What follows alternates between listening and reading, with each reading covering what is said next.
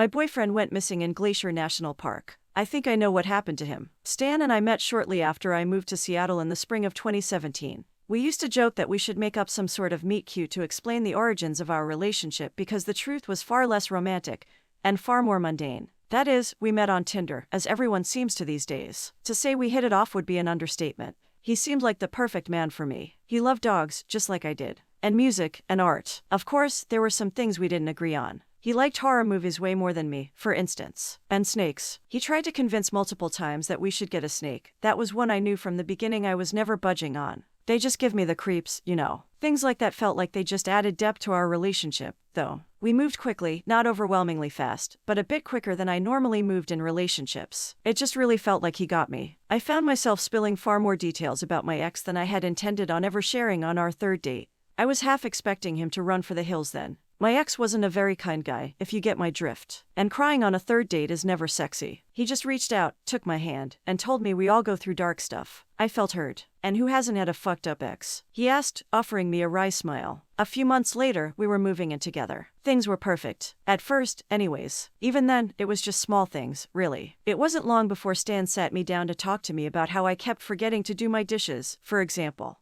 I couldn't help but feel a little defensive that particular week. I'd worked double shifts 2 days in a row. I'd barely even had time to sleep, much less address the dishes. Still, I conceded. He wasn't wrong, after all. After that, I realized that my clothes were a bit too revealing, following Stan pointing it out. I still felt a little defensive, but he assured me he was just trying to look out for me, since this was my first time out on my own. He had several years of experience on me on that matter, so I pushed down my pride and agreed. He was just trying to help, you know. Just like he was when he pointed out that my friends weren't that great of an influence, and that going out on the weekends wasn't really fair to him. Besides things like that, our relationship was great, really. We had countless happy photos together. He was never shy about posting me. The long, romantic captions he'd post alone quelled any doubts I had about how much he cared about me. Silly, I know, but it felt nice that someone was proud to show me off. For our 1-year anniversary, Stan suggested we go on a trip. He said I could pick, so I suggested a national park I'd always wanted to see. Joshua Tree, to be specific. We both enjoyed camping and the outdoors, so it seemed like a safe choice. When I suggested it, though, I saw his gaze darken. That was Emma's favorite park, he said. Emma was his ex. The fucked up one he'd alluded to on our third date. He didn't talk about her much. I always got the impression that he didn't want to think about that part of his life much. So, I didn't ask. As such, I didn't know much beyond how she was some sort of biologist, and apparently 50 Shades of Insane. They dated for a few years right after she'd graduated college, and then she'd went entirely off the rails. Never mind, I amended quickly. What about Glacier National Park then? It's supposed to be really pretty too, and it's closer. His face relaxed, and he smiled. That's much better, he agreed. Glacier it is. I was really excited about our trip. I was taking a whole week off work. I poured God knows how many hours into planning. I wanted it to be perfect, to really show Stan how grateful I was that he'd managed to put up with me for a year. The trip grew steadily closer, and before I knew it, we were climbing into his car, the trunk full of camping gear and his dog, Penelope, panting happily. We lived about 10 hours away from Glacier. Not horribly far, but definitely far enough to warrant the planning I'd put in. The road trip there was nice, for the most part, aside from how I forgot to remind Stan to fill up the gas tank. That was a close call. We left early in the morning, early enough that I thought it counted more as late at night, to be honest. By the time we were arriving at Glacier, the shadows were growing long, surrounded by gold. We'd have just enough time to set up our camp, I thought. We went to check in at the ranger station. Stan did the talking, while I pet Penelope behind him. I listened in on the conversation. It was mostly park guidelines, typical stuff like that. Stan, of course, was also chatting with the ranger like they were old friends. He was always charismatic like that. We figured we'd head out here to celebrate. Isn't that right, dear? Stan asked, turning to me. I nodded quickly. Yep. Can't believe it's been a year already, I said. The ranger, a youngish man with dark blonde hair tied back in a ponytail, looked past Stan to meet my gaze. That's wonderful. Congratulations, he said. You wouldn't happen to have any recommendations for things to do, would you? Stan asked, shifting his weight so he stood in front of me. I almost opened my mouth to say I already had things we could do planned out. I had for nearly 2 months. I decided against it. Stan had told me recently that I tended to come across as bossy and condescending, and I was trying to work on that. Instead, I turned my attention back to Penelope as the ranger went over some trails and interpretive programs. Eventually, Stan shook his hand, and we headed to our campsite. I was reading about some trails we could try, I offered as we set up. Oh, don't worry about that, Stan said. I'm sure you just gave us more in-depth info than whatever research you read. Right, I mumbled. The first night there was peaceful. we built a campfire. At one point, Stan dropped Penelope's leash. She ran over to the nearest campsite. Luckily, the couple there thought she was just as adorable as we did. Stan invited them over to join us around the campfire. I was a little disappointed. I had pictured getting up early to head out on the hikes he'd suggested I plan a few months ago, and it had already been a long day of travel. Still, plans change. The couple was incredibly friendly, on the bright side. The girl was named Marie, and the guy Michael. They had been traveling in their van for the past 6 months.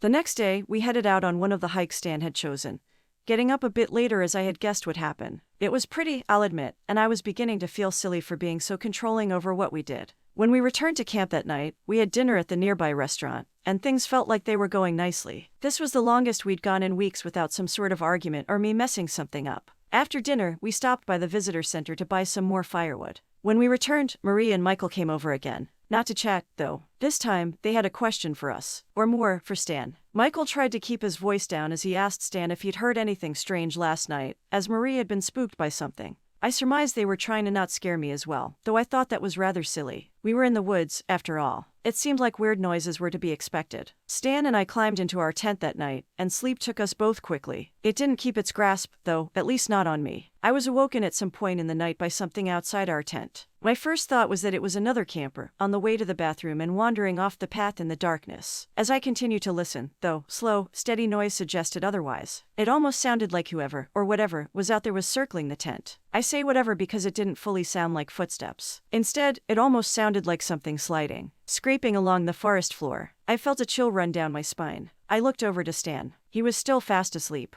I swallowed. The last thing I wanted to do was wake him up, especially if it turned out to be something as silly as a deer. Trying to steady my racing breath, I decided to instead turn my attention back to the noise outside. I attempted to reason with myself as I strained to listen. We were in a well-populated, official campground. Surely whatever was out there couldn't be that dangerous. Animals came into the campgrounds, I knew that, but it seemed like the odds of being attacked by some wild animal less than 50 feet from a ranger station had to be close to zero. Whatever was out there continued to circle the tent. I was sure that was what it was doing. Now, I heard Penelope begin to whine. She'd evidently been awoken as well. I looked over at her, trying to make out her small shape in the darkness. I wanted to call her over to me, away from the entrance of the tent. I knew that if whatever was out there was dangerous, a few extra feet between her and it wouldn't do much good. I didn't dare call out anyways, too scared of alerting whatever was out there to our presence. As I continued to listen, I heard the strange sliding noise stop. It sounded like it was right behind the tent. Right above Stan and I almost screamed as a low hiss reached my ears. That was enough for Penelope, evidently, as she collapsed into a fit of panicked barks. It seemed like a spell had been broken with her first bark. Stan shot up, and immediately demanded to know what was going on, as Penelope tried to claw her way out of the tent. There was a loud crash outside, then silence. What the fuck is going on? Stan demanded, anger overriding any remaining sleepiness. I tried to recount what had just happened to him. The scraping noise, the circling, the hiss. I was barely halfway through explaining when he rolled his eyes.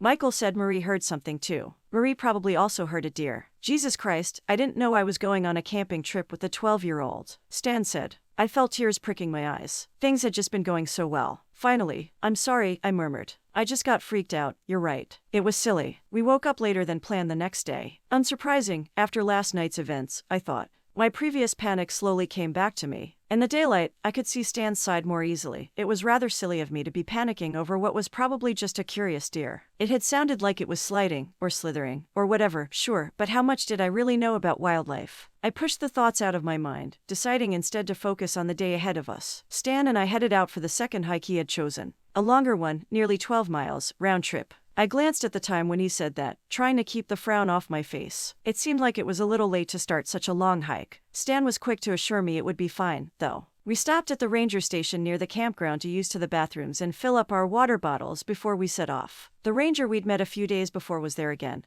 and once again greeted us with a friendly smile. Penelope had apparently picked this particular night to be shy, so I ended up holding her leash off to the side while Stan chatted with the ranger and bought firewood. "What type of dog is that, by the way?" the ranger asked as Stan turned to leave. I saw his face light up instantly. Penelope was a rare breed, one he'd spent several $1,000s and a trip to another country on to acquire. He loved getting to tell people that.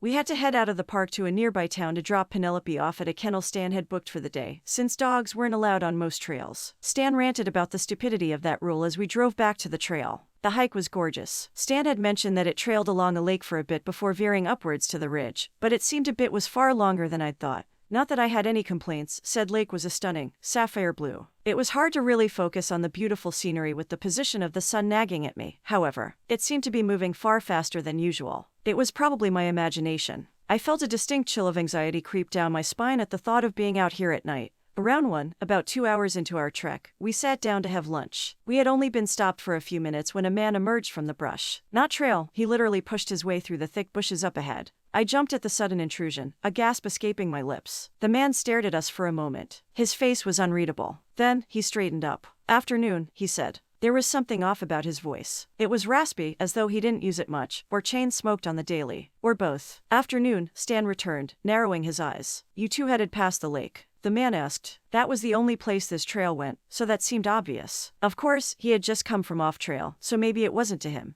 "We are," Stan said, dismissively. I could tell he didn't want to keep interacting with this man any more than I did. "Pretty day out for a hike," the man said. "I'd keep an eye on the sun, though." He stared at us. We stared back, unsure what else to say. I looked over at Stan. He was still looking at the newcomer. "Well, I'll let you two get on with your lunch," the man said. Then he walked past us, heading back down the mountain without another word. Once he was out of sight, I broke the silence. "What the hell was that?" I asked, my voice a whisper. Stan shrugged. "I dunno. Crazy mountain man. Lost crackhead. He's gone now anyways." I frowned, my gaze trailing back to where the man had disappeared around the bend of the trail. "Seriously, that didn't creep you out?" I asked. "I mean, he was weird, but you're bound to run into weird people sometimes," Stan said with another shrug. My mind wasn't fully put at ease, but I nodded. He was right, I told myself, looking back at my sandwich. Once we finished lunch, we continued hiking. I couldn't help but notice how few people were on the trail that day. That, combined with the strange man from earlier, and of course, the ever-present knowledge we were in grizzly country, kept my anxiety constantly at the edge of boiling over. God, we just had to pick the one hike that no one is on, I thought as we rounded a series of large boulders. By now, the shadows were beginning to grow long. We still hadn't reached the ridge. We hadn't even cleared the lake. I felt like we must have been well past the 6 miles it took to reach the ridge at this point.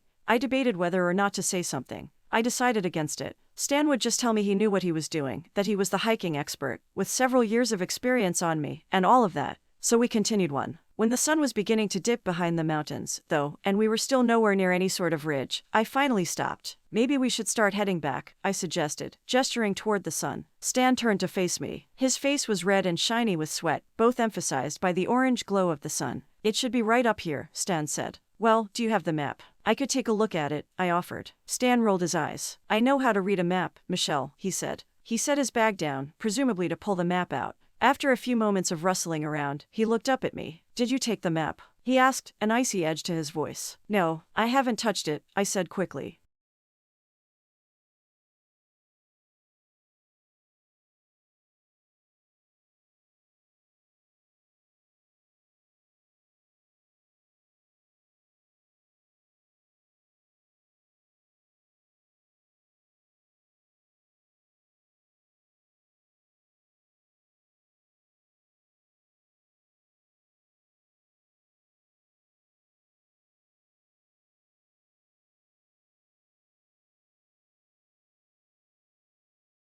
I pulled my phone out, only to be greeted with no reception and a dying battery. So much for that idea. I took another breath, trying to stay calm. We weren't lost, at least, I reasoned. We were still on the trail, even if it wasn't the trail that led to the ridge. We could still backtrack. I told Stan as much. The dying sunset was growing even more golden, adding urgency to my words. If we hurried, we might be able to get at least partway off the mountain before dark. Maybe to a more populated area of whatever trail this was. "All right," Stan agreed. "Come on, let's get going." Our descent was tense, to say the least. I could practically feel the anger coming off of Stan, and I didn't dare say anything for fear of making it worse. Despite our best efforts, we weren't even back at our lunch spot when dusk began to turn to dark, and it became nearly impossible to see. I pulled my phone out. Its flashlight barely cut a few feet ahead through the inky blackness, but it was better than nothing. Stan did the same. I frowned, wishing I'd checked with him that he'd brought a flashlight. I'd assumed that was a given, with all of his hiking experience. Oh well, I could hardly judge someone for forgetting something. Our progress was massively hindered by the dim lighting. That, along with the rocky trail, made every step feel like a potential fall. Potential turned into actual when I misjudged a loose rock. It gave way beneath my boot. I yelped as I fell to the ground, the cold stones cutting into my flesh. My phone hit the ground, the light disappearing. I saw the remaining light spin around. Jesus Christ, I told you to watch your step, Stan said. I winced. Sorry, I said. I just don't want you to get hurt, Stan replied. Are you all right? He crouched down in front of me, the light shining in my face. I gave a soft nod. I think so, I said. I raised my hands to examine the damage. A couple of scrapes, but nothing worse. That was a relief. It definitely hurt worse than that. I looked back to the ground, scanning for my phone. Thankfully, it had only fallen face down. It seemed to still be working fine otherwise. Stan helped me to my feet, and we continued on. We hadn't taken more than 3 steps each when we heard it. A sharp crack in the woods to our right. Both of our heads snapped toward the source of the sound at the same time. I felt my blood run cold. Please don't be a bear, please don't be a bear, I prayed silently. It's probably just a deer, Stan said. I heard a rare hint of doubt in his usually confident voice. If I get out of this alive, I am never going hiking again, I thought. There was another crack, this time from further up the trail. We should keep moving, I said, swallowing. I tried to remember what you were supposed to do if you encountered a predator. Not be wandering around the woods after dark was probably high up on that list, my mind offered. Look big. Don't run. Make noise. I forced myself to keep my pace steady as I started to walk again, thinking about the other two. I wasn't sure how I was supposed to do either of those. I was 53 on a good day. Stan cut a pretty imposing figure, at least. Did make noise mean like sing, yell, bang rocks together? I didn't have time to keep fretting over the vaguely recalled instructions, because something crashed through the bushes in front of us. It was, well, I wasn't sure what it was. It was definitely big enough to take up the entire trail. It didn't look like a bear, but in the dim lighting, I couldn't see much more detail. From what I could make out, it almost looked like a fallen log, except it was definitely moving. Run, run, Stan shouted. I stared, frozen in shock for a moment, as Stan darted off into the woods. He didn't wait for me to respond after yelling to run before he took off into the thick trees. I wondered if he had gotten a better look at whatever that thing in front of was, if that was what had caused him to dash off so quickly. I didn't have much time to think about it as my senses came back to me and I raced after him. Any concern over what we should be doing had flown from my mind along with any fears of falling. All I was focused on was catching up with Stan and figuring out what the hell had just happened. My tender ankle, combined with a shorter stride, meant that I couldn't run nearly as fast as Stan.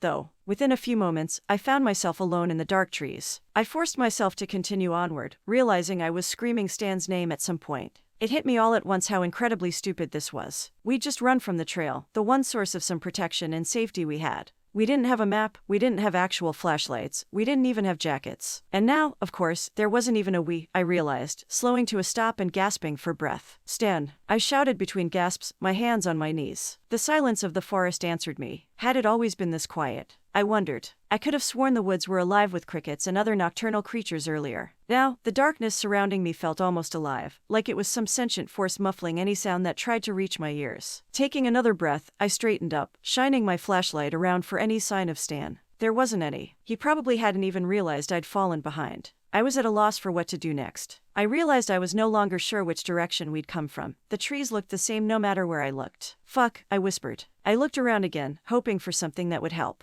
I wasn't even sure what. And then I heard the scream. It sliced through the silence like a knife. I knew who it belonged to immediately. Stan, Stan. I shrieked, taking off in the direction it seemed like the scream had come from. A second scream sounded. It was filled with terror. I didn't think I'd ever heard Stan sound afraid like that. Stan, where are you? I shouted. Stay back. His cry was cut off, instead turning into a strangled, choking sound. I had to be close. I swung my light around, trying to catch any sign of movement or color in the darkness. A flash of beige caught my attention. It didn't seem to match the surrounding trees. It had a scaly, almost shiny appearance. And then it was gone. I ran in the direction of it anyways, only to find a space between 2 trees where it had been. Everything after that was a blur. They say trauma does that, makes you forget details. Sometimes, whole events. I wasn't sure how long I stumbled around out there, still shouting for Stan. From time to time, I would hear something rustling in the bushes. Every time my blood would run cold. I'd change direction, trying to silently move away from the noise and hoping against all hope that whatever was out there didn't find me. It started to rain at some point. It plastered my hair to my face and soaked the thin long-sleeved t-shirt I was wearing. After what felt like both hours and mere minutes, I saw a light appear in the trees in front of me. Then the voices reached my ears. Faint, at first, and then loud enough to make out the words. "Well, I hope you're feeling better." "I'm fine, I think I just ate something that didn't agree with me." A few moments later, I stumbled out of the trees, practically into the gravel parking lot. There were two people standing in the parking lot, in the headlights of a truck with the Park Service logo. I shielded my eyes. I heard surprised, then relieved murmurs as they noticed me. After that, I remember someone catching me as I collapsed, repeating that there was something out there. I'm fairly sure I wasn't making much sense at that point. One of the rangers, the blonde one we'd met before, ironically enough, hurriedly gave me a blanket, ushering me into the warmth of the truck while the other radioed the situation in. Apparently, they'd gotten a report of an abandoned car in the parking lot, and had come out to investigate. I'd learn later. I'd gotten lucky and stumbled out of the tree line just before they left. Sitting in the warm truck, feeling began to return to both my body and mind. "Stan is still out there," I said, my voice weak from a mixture of exhaustion and fear. "You have to go find him." "This Stan was hiking with you?" the other ranger asked. I nodded. "We got separated." I heard him screaming. "I think there's something out there." It got him. I collapsed into sobs at that point. "All right, it's going to be all right. You're safe now," the darker-haired ranger said. "I'm Ranger Tom Thornton. This is Ranger Alex Lindorm. What was your name?"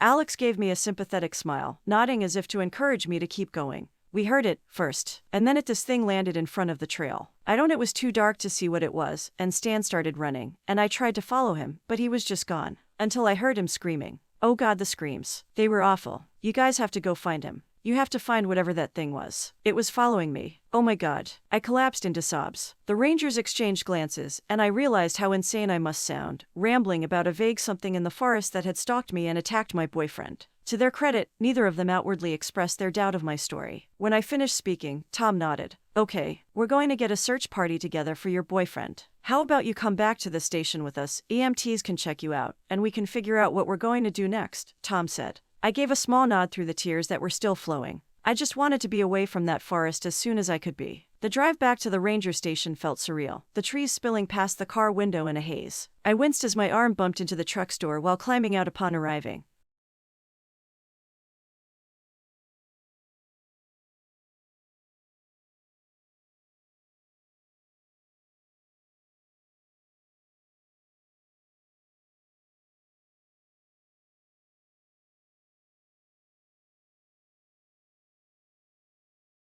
I prayed he wouldn't. For the first time that day, it seemed like my prayers were answered. We headed inside, and by the time I was done answering a further barrage of questions and being checked out by the EMTs, the sun was beginning to peek over the horizon. The Rangers had coordinated a search party in surprisingly little time. By the time the sun was fully up, they had already headed out there. A ranger named Crystal Everett was kind enough to keep me company for most of the sleepless morning that ensued. I found myself endlessly grateful for that company. I had never really thought about the after in these sort of situations before. It seemed like stories always ended with being rescued, the aftermath left to the footnotes. Now that I was experiencing it, I was glad it at least included a mug of coffee, even if it was instant coffee. "Do you think they'll find him?" I asked between sips. Crystal gave me a soft smile, but I saw doubt flickering in her eyes. "They'll do everything they can. We have some of the best search and rescue rangers in the country," she said. I was silent for a moment. When I spoke again, it took me a moment to even realize I was doing so. "It got him. What you thought you saw out there?" Crystal asked. "I didn't think I saw it.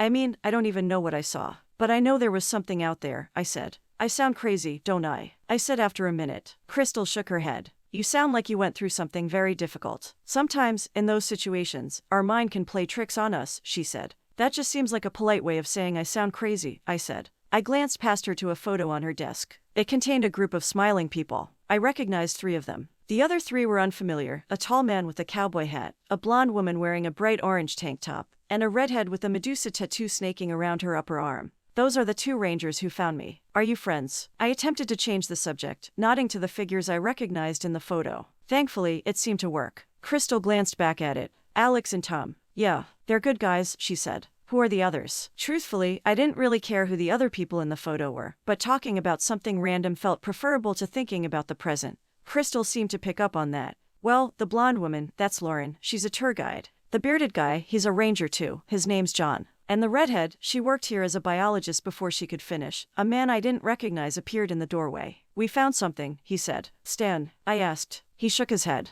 A phone and a backpack. We think there's human blood on it. In the area you were found. We think it might be his. Do you think you'd be able to confirm? Yeah, I can do that, I said. He glanced over at Crystal. There was something unreadable in his eyes. I couldn't even begin to decipher what it was. They took me to see the cell phone. It sat neatly in an evidence bag, a sight that seemed in stark contrast to the rusty brown that covered the now cracked screen. I felt my blood run cold. The bag was in much the same condition. I recognized it as Stan's immediately. It was the one he'd taken with us hiking that day. Now, one of the straps was torn, and the same red that covered the phone speckled the backpack. I felt my breath catch in my throat as I looked at it, somehow knowing that was all they would find of Stan. I told you it got him, I said, my voice cracking in fear and barely above a whisper. Crystal looked at me sympathetically. Well, it does seem like something happened, she said. But for all we know, he could have just fallen and hurt himself. We might still find him. I glanced back at the bag, doubt filling my mind, and gave an unsteady nod. I didn't have enough energy left to try to convince anyone of a story that sounded crazy even to me. After I confirmed that the phone and backpack was indeed his, Alex and Crystal took me back over to my campsite.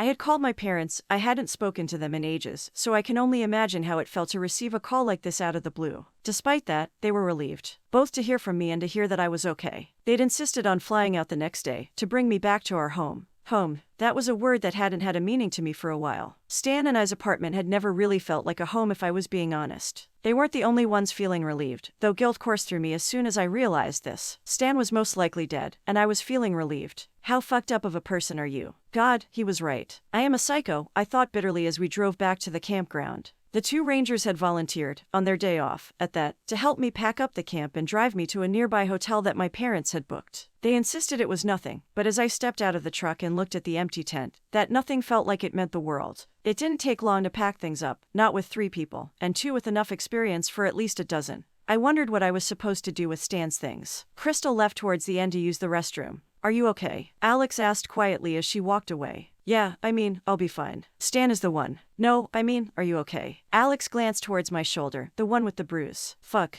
It wasn't what you think, I said, looking down and pulling my cardigan tighter around myself. I don't want to put you on the spot. But someone close to me was in a not-so-great relationship once, and they used to say the same thing. So, if it was what you think, I just wanted to say you're not alone. And things get better. I felt tears pricking my eyes, the little composure I had left breaking down. Thanks, I said quietly. Once Crystal returned, we finished loading my bag into the truck and headed to the hotel. It was a weird feeling leaving the park in such a different way than I had entered. When we got to the hotel, I checked in, and Crystal and Alex were nice enough to help me unload my things. Once I had brought the last bag in, I took a deep breath. There were countless things to do tomorrow. Talk to the police about Stan's disappearance. Figure out what I was supposed to do with Penelope. I figured I had always wanted a dog of my own. Meet my parents.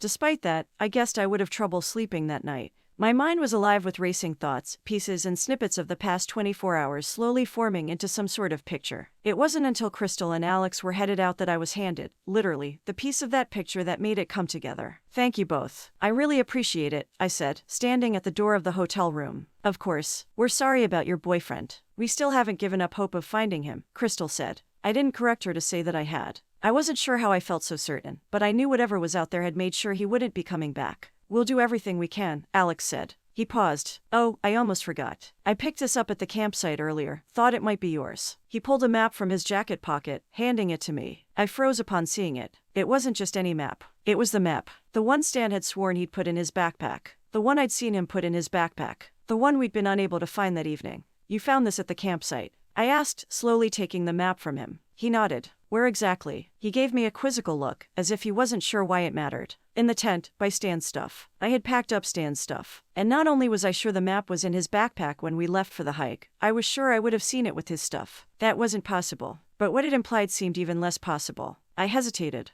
I thought back to Stan and I's first in-person date. It had been during the height of the pandemic, so it was hard to meet up at first. When we finally did, we went to the zoo. He was so charming, so kind that day. I wished he had stayed that way. I thought of the countless arguments, the way I watched myself turn into someone I didn't recognize, the way he had hurt me, the nights I had spent crying. I took a deep breath. You know, I think you were right. What you said about trauma making people see things, I said to Crystal. I'm not sure what happened after Stan and I were separated. I'm not sure I actually even heard him yelling. I looked over at Alex. I hope your friend is doing better, by the way. She is now. And I think you will be, eventually, too. I gave a small nod. Maybe. Well, thank you again. For everything, I said after a moment. Have a good night, he said. I closed the door, feeling like I was also opening one to another chance at life, to healing, to freedom. I wouldn't have thought it started with an empty hotel room, but I guess life always has a way of twisting around itself, like a winding serpent. It's been years since Stan went missing now. As I guessed, he was never found, and eventually the search died down, relegating his disappearance to an occasional footnote in stories about tragic things that happened in the park. There's some speculation it might have been a bear attack. Nothing else was ever found to confirm one way or another, though. Penelope is sitting on my lap as I write this. We both have an apartment in my home city now. I haven't been back to the park. Not out of fear, though. It just feels like a chapter that's closed, you know. Maybe snakes aren't so bad.